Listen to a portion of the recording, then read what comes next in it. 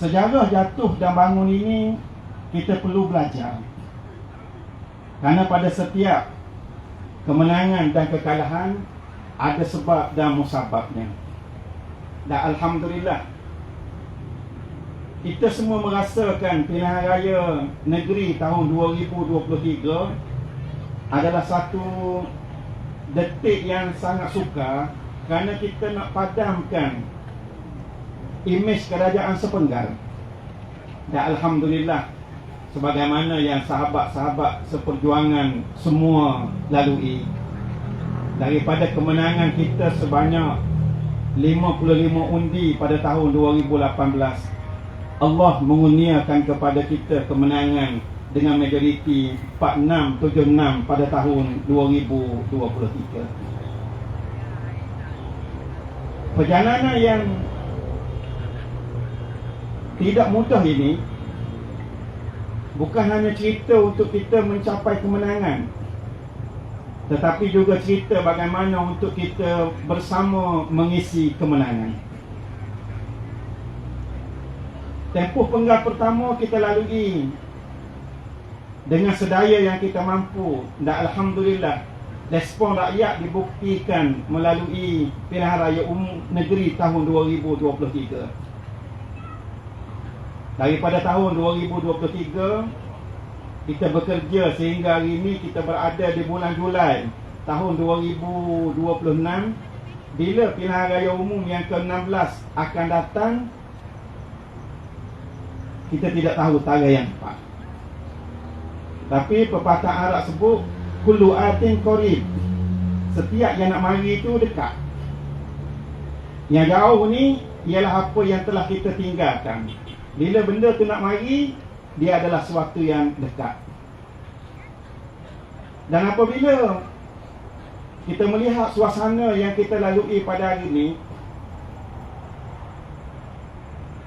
sahabat-sahabat yang lama berada bersama-sama kita dalam memperkasakan parti di Dun Jabi, kita kenal ramai yang tidak pernah merasai nikmat kemenangan sebagaimana yang kita rasai hari ini. Kita ada arwah Pak Punawi, arwah Pak Suhaji, arwah Pak Ngopa Kerandan, arwah Tok Imam Beli di Gomberangan, arwah Babomi Pohunta. Ramai lagi pimpinan-pimpinan kita yang tidak sempat merasai kemenangan sebagaimana nikmat yang kita lalui pada hari ini. Dan dia tentunya suatu yang perlu kita syukuri dan perlu kita penuhi syarat-syarat dia. Allah berfirman di dalam Al-Quran, ya ayyuhallazina amanu sabiru wasabiru warabitu wattaqullah la'allakum tuflihun. Wahai orang-orang yang beriman, bersabarlah dan kuatkanlah kesabaran kamu, dan berpegang teguhlah dan bertakwa kepada Allah. Mudah-mudahan kamu mencapai kemenangan. Bila ciri-ciri yang disyaratkan oleh Allah kita mampu penuhi, kita yakin kemenangan ini kita mampu pertahankan. Dan sejarah kejatuhan dan memerlukan tempoh masa yang lama untuk kita bangkit semula tidak akan berulang lagi, insya-Allah. Jaga hubungan kita dengan Allah, jaga hubungan kita dengan sesama manusia, jaga hubungan kita sebagai seorang hamba kepada Allah. InsyaAllah Allah akan bantu kita dalam urusan ini. Saya ingat almarhum Ustaz Hasan Syukri pernah sebut dulu, dia kata kita berjuang Islam ni jangan takut kerana kita tak akan jadi apa-apa. Amba tanya Ustaz Hasan Syukri, macam mana Ustaz kita berjuang Islam tak jadi apa-apa? Arwah Ustaz Hasan kata, Islam yang kita perjuangkan ni, Islam ni agama ada tuan.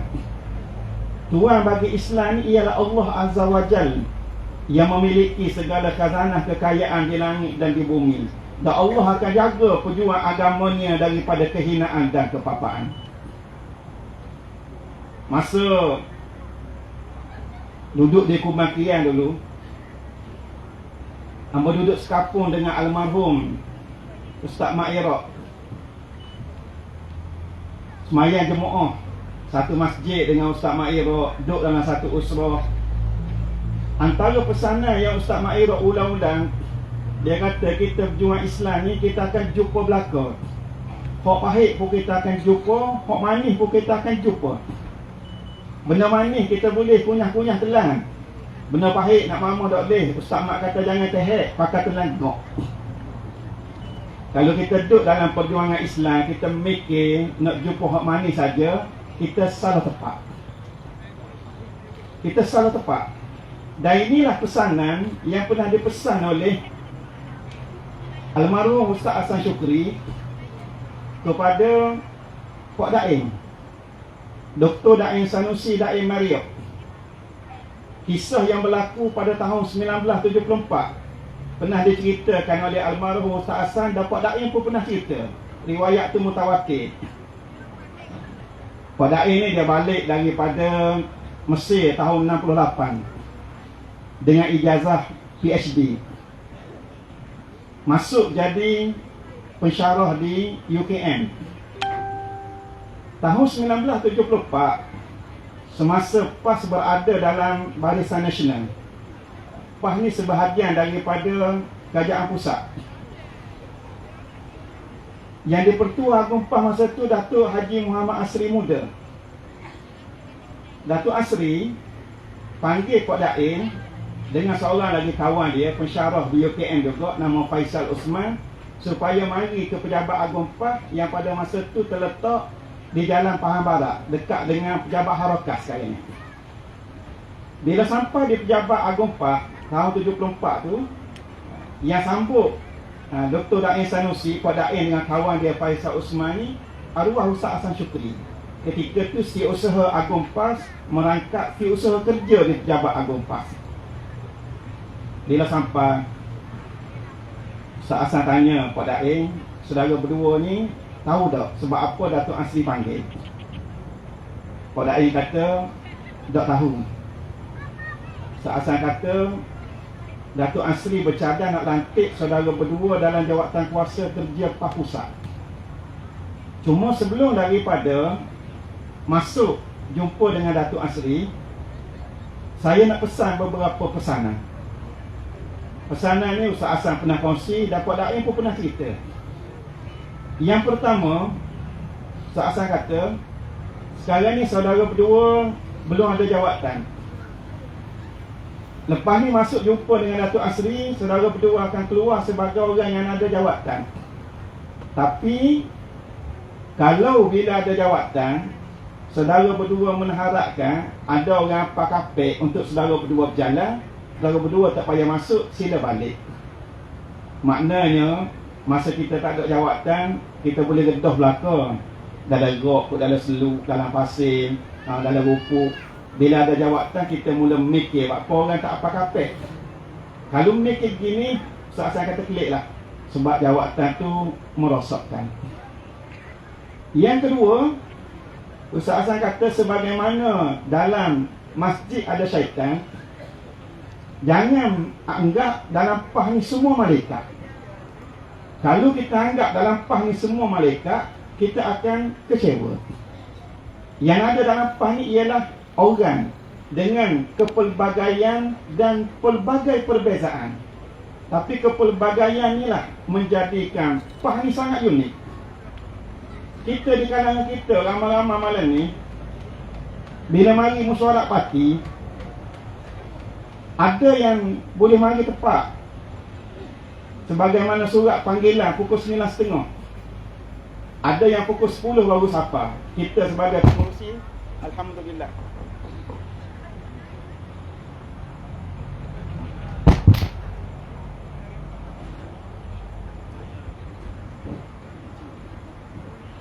Walaupun pukul 10 baru sapa, alhamdulillah, mari juga dia. Kawan-kawan yang berada di syarikat korporat nak bantu untuk buat kerusuh pengurusan organisasi. Hamba kata awak tak akan mampu berada di tempat kami walaupun seminggu. Sebab awak menguruskan sekumpulan eksekutif yang bergaji puluhan ribu sebulan. Kami menguruskan sekumpulan sahabat seperjuangan yang bekerja secara sukarela dan lebih banyak memberi daripada menerima. Ini sahabat-sahabat kita. Bila duduk sekali, ada di kalangan kita yang boleh beri pendapat dan boleh kerja. Ada di kalangan kita yang boleh beri pendapat, kerja tak boleh, dia bahagian beri idea. Ada di kalangan kita yang tak boleh beri idea, orang lain tukang beri idea, dia tukang kerja, tak apa. Dan ada di kalangan kita yang beri pendapat, idea pun tak ada, kerja pun tak boleh, tak apa, mari juga kita nak suruh ramai. Kepelbagaian ni menjadikan PAS ni sangat unik. Dan inilah di antara sumber kekuatan kita. Sebab kita berakar umbi pada akar yang paling bawah sekali. Pesanan yang ketiga yang Ustaz Hasan pesan pada Puan Daim, hamba nak kongsi malam ni. Ustaz Hasan kata, jangan sekali-kali khianat kepada perjuangan Islam. Tidak akan aman hidup mereka yang khianat kepada perjuangan Islam sampai akhir hayat mereka. Macam pesanan mendahului zaman. Sebabnya cerita tahun 74. Kalau cerita khianat timbul tubik parti ni, kita 2015 dulu. Bukan cerita tahun 1974. Tapi pimpinan kita macam nampak dah bahawa dia akan berlaku satu tempoh dalam perjuangan, benda-benda ni akan timbul. Seorang lagi pimpinan Kelantan yang hamba pernah dapat, yang dia pernah pesan, almarhum Datuk Omar Muhammad, pernah jadi speaker Kelantan, pernah jadi Exco di Kelantan. Cerita tahun 2013, selepas pilihan raya 2013, kita sebagaimana sedia dimaklumi, tanding tak menang di Jambi. Datuk Omar tak tanding dah tahun tu. Ada satu program PAS Pusat di Shah Alam, Lekok Fikri, buat di Dewan Jubli Perak, di bangunan pentadbiran Kerajaan Kerajaan Negeri Selangor di Shah Alam. Masa tu PAS berada dalam Kerajaan Pakatan Rakyat. Kebetulan sapat jalan sekali nak masuk ke Dewan. Bila lalu jalan waktu bin nurun sikit, nampak Datuk Umar ni uyung, dia tak berapa sihat dah. Hamba pegang tangan dia, dia kata, ginilah anak ni man, berjuang dalam parti ni daripada muda, sihat. Sekarang ni anak ni tak apa segar dah, jawatan pun tak ada dah. Tapi anak cuba untuk tak tinggal program parti. Sambil-sambil jalan, dia pegang tangan, dia pesan, dia kata, man, kalau takdir suatu hari nanti entah jadi pemimpin, anak nak pesan, entah perlu bersedia jadi serupa koyok orang pun dalam budu. Entah jangan mikir nak jadi serupa hantaran kahwin yang orang letak atas pak. Antara kahwin, zaman kita kahwin dulu, tak ada lagi kasut krokodil, beg Gucci, tali pinggan, Joe Master, tak ada lagi masa tu. Orang buat hantaran. Zaman kita kahwin dulu, hantaran dia susu Cak Junjung je. Ikat ribbon berbunga, letak atas pak, diarak, selawak lagi. Benda ni rega berapa riyal je. Kalau kita duduk dalam parti, kita mikir nak jadi super susu Cak Junjung duduk atas pak, diarak ke rumah pengantin tu, tak lama kita dalam parti. Tapi kalau kita bersedia untuk jadi super koyok dalam budu, insya-Allah kita akan kekal lama. Walaupun orang PAS ni sebenarnya boleh menyesuaikan diri. Boleh menyesuaikan diri. Awal-awal masuk kerajaan tahun 2018, mula-mula tu ada banyak majlis-majlis rasmi dengan pegawai-pegawai kanan kerajaan. Kita ni biasa duduk negara perang, telinga mudah dengar. Meja belakang tu pegawai-pegawai kanan kerajaan, bunyi duk pisik sama-sama dia. Awak-awak ni semayang mayat dengan tahlil orang mati boleh harap. Kalau nak mereka negeri, laut. Maknanya dia pandang kita dengan satu pandangan rendah. Daripada 2018 sehingga sidang Dewan yang terakhir bulan 7 tahun 2023, Terengganu berbadung bulan 8 tahun 2023. Pegawai yang kecek tu masa tu dia DO. 2023 dia dah jadi pegawai keuangan negeri. Tubik daripada sidang tu, jalan keluar. Dia pegang tangan hamba, dia kata, YB, saya mengharapkan supaya lepas pilihan raya sikit lagi, kerajaan ni akan kekal. Saya dah jadi pegawai takbir negeri 30 tahun lebih. Saya tak pernah jumpa lagi kerajaan yang memerintah sebagaimana kerajaan yang ada pada hari ini. Bila kita buktikan kemampuan kita, dia akan menjawab persoalan-persoalan itu. Dan tanggungjawab ini dia akan jadi lebih besar. Sebab kemenangan ini kita bersama untuk mencapainya dan kita bersama untuk mengisinya. Dia bukan kerja siapa dan bukan milik siapa secara individu, dia adalah milik kita bersama. Dan hamba merakamkan penghargaan daripada lubuk hati yang sangat dalam kepada semua sahabat-sahabat seperjuangan di Jambi. Kesukaran yang kita lalui bersama, keperitan, air mata, peluh. Kita tak boleh nak cerita dalam satu majlis ringkas pada malam ini.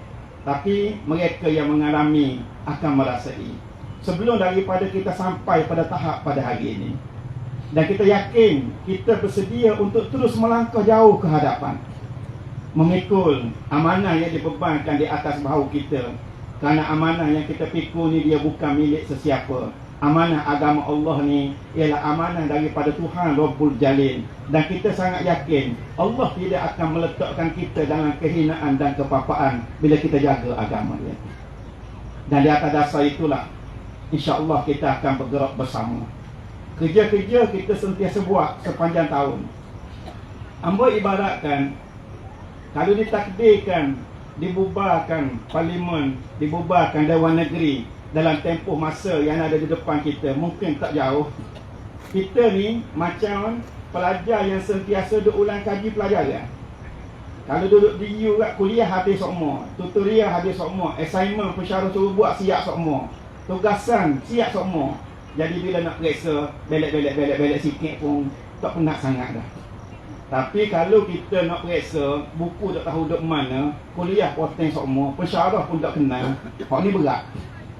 Jadi bila kita lalui sepanjang tahun, orang tak akan kata pada kita baru nampak muka, dekat nak ngundi baru mari, dia tak akan timbul begitu.